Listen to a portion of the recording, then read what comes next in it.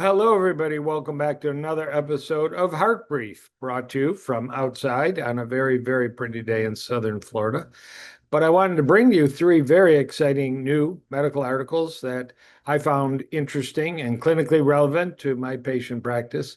And I hope you will find that too. I'm a triple board certified cardiologist, preventive practice in Michigan and Southern Florida. So let's get going without any further ado.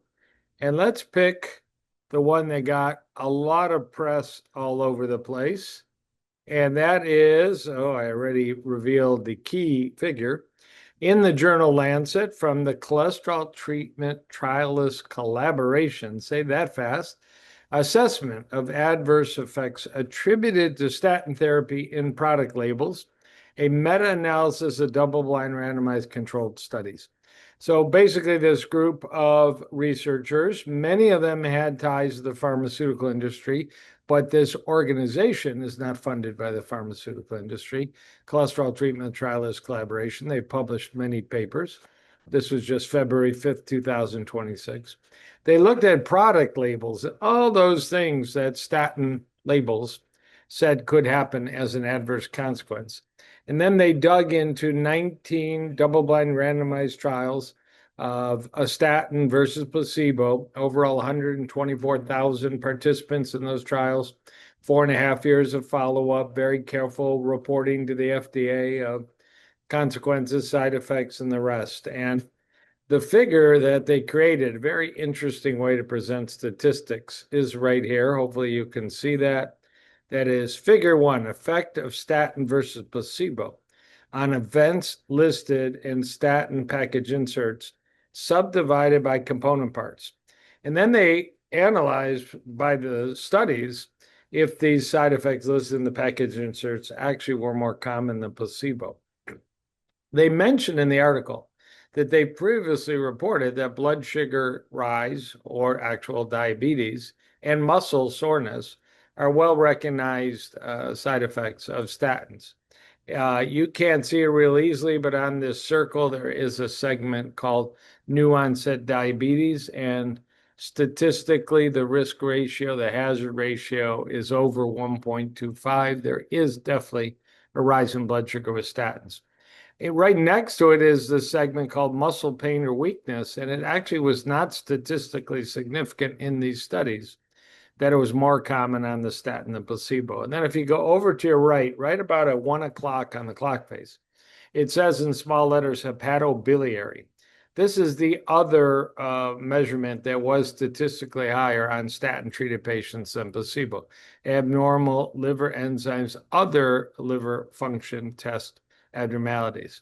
Fatty liver, hepatitis, hepatic failure, and cholestasis and jaundice were not statistically more common on statins than on placebo, but liver enzyme elevation was. And those of us that take care of patients know that's true.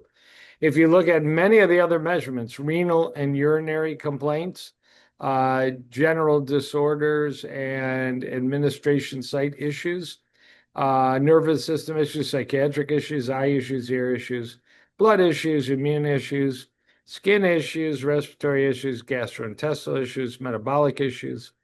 There was no statistically significant rise compared to placebo.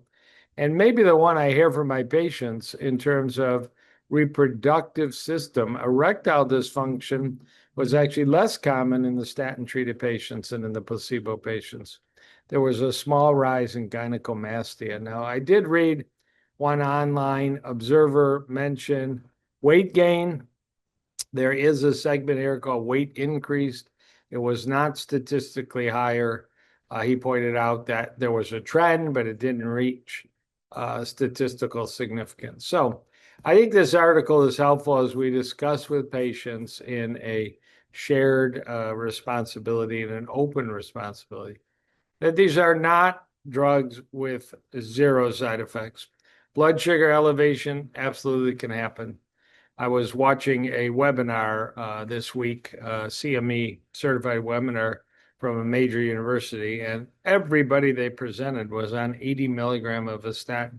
And most of them were type 2 diabetics, and I couldn't help but scream out loud, lower that dose of statin. put in as a TIMI, put in a PCSK9 inhibitor, get the same or better cholesterol, same or fewer side effects, and bring that blood sugar down. But I was screaming at my computer. They didn't hear me. I also personally would add coenzyme Q10 to those patients based on limited data and mainly animal data. It may improve insulin sensitivity. Interesting. All right, let's go to an interesting paper on exercise, always a good topic, in the British Medical Journal. Again, just published, accepted in November 2025, but published this week, 2026. Physical activity types, variety, and mortality. And this basically was a study looking at the Harvard School Public Health databases called the Nurses Health Study, which went on for 32 years, and the Health Professional Follow-Up Study, a male study that went on for even longer, 34 years. And overall, there were 111,000 people free of cardiovascular disease, diabetes, cancer, neurologic disease, and they were followed up. And what they found, as in every other study, the more you exercise, the more you lower your risk. And the main endpoint there was actually death. They had such a large group, such a long-term follow-up, they could assess death, all cause and cause-specific mortality. What they found of interest was that those that reported a variety of exercises, they weren't just on the treadmill or just on the elliptical every day, or just walk. It even says right here, compared to those in the lowest variety group, those with the highest variety score had a 19% lower all-cause mortality and a 13 to 41% lower mortality from cardiovascular disease, cancer, respiratory disease, and other causes. So their conclusion was that this observational study suggested that a variety of exercises, a lot of people are doing cardio 3 days a week and weights 2 days a week, for example. But we're talking really even bigger. Maybe throw in some yoga, throw in some bar class. Everybody's doing Pilates lately, which is great. I have a wife who's teaching me how to do Tai Chi. One day is arm day, one day is back day, one day is leg day, and all the rest. If you're a big weight room kind of person, but variety and shake it up a bit. I'm standing very close to a swimming pool. That's another great one to throw in once or twice a week. Variety is the spice of life, pertains apparently to exercise. Okay, we got one more to share, and it is an interesting one. You've heard of a database called the NHANES database, and I am going to find it. I'm not going to let anything stop me from finding it. There it is. In the Journal of Nutrition, Health, and Aging, 2026, just published, Association Between Vitamin Intake and Biologic Aging, Evidence from the NHANES Study. A U.S. database, 2007 through 2018, massive amounts of data on 15,050 adults, including calculating their vitamin intake and using indicators. They use 3 different indicators of biologic aging. Does your age go faster if you take vitamins? Does your age stay the same? Does your age go slower? Average age of the patients chronologically was 51 years, half were female. And what they found was higher total vitamin intake was associated with reduced biological aging overall. Interesting. But specifically, the main component was vitamin C, followed by vitamin B2. But vitamin C was statistically the most powerful. And that takes us back. Many people remember Dr. Linus Pauling, man who won 2 Nobel Prizes, the only person ever to win 2 Nobel Prizes solo, one for peace, one for chemistry. And his theory that because humans cannot make vitamin C, we are very dependent on intake of vitamin C, which can be from food and could also be from supplements. And he was a proponent initially of 6 grams a day of vitamin C. He ended up increasing that to 18 grams a day of vitamin C. Other people take more or less that are proponents. You can do it through food, and you can do it through supplements. So that was the #1 association here in this study. The B2 is riboflavin. It wasn't nearly as powerful an observation. That is, of course, the supplement in a multivitamin that might make your urine bright yellow.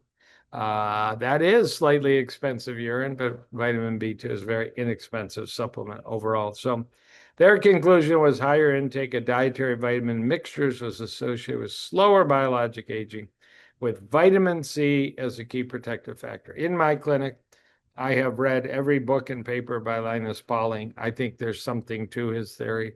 There's a reason humans get atherosclerosis and many mammals don't. Almost all mammals make vitamin C, humans cannot. So I think the great Dr. Linus Pauling, with his special chapeau hat he always wear, was onto something there. But, we'll have to fund a 10,000 patient prospective study of vitamin C at the dose Dr. Pauling taught versus placebo. And I just don't see that happening, unfortunately.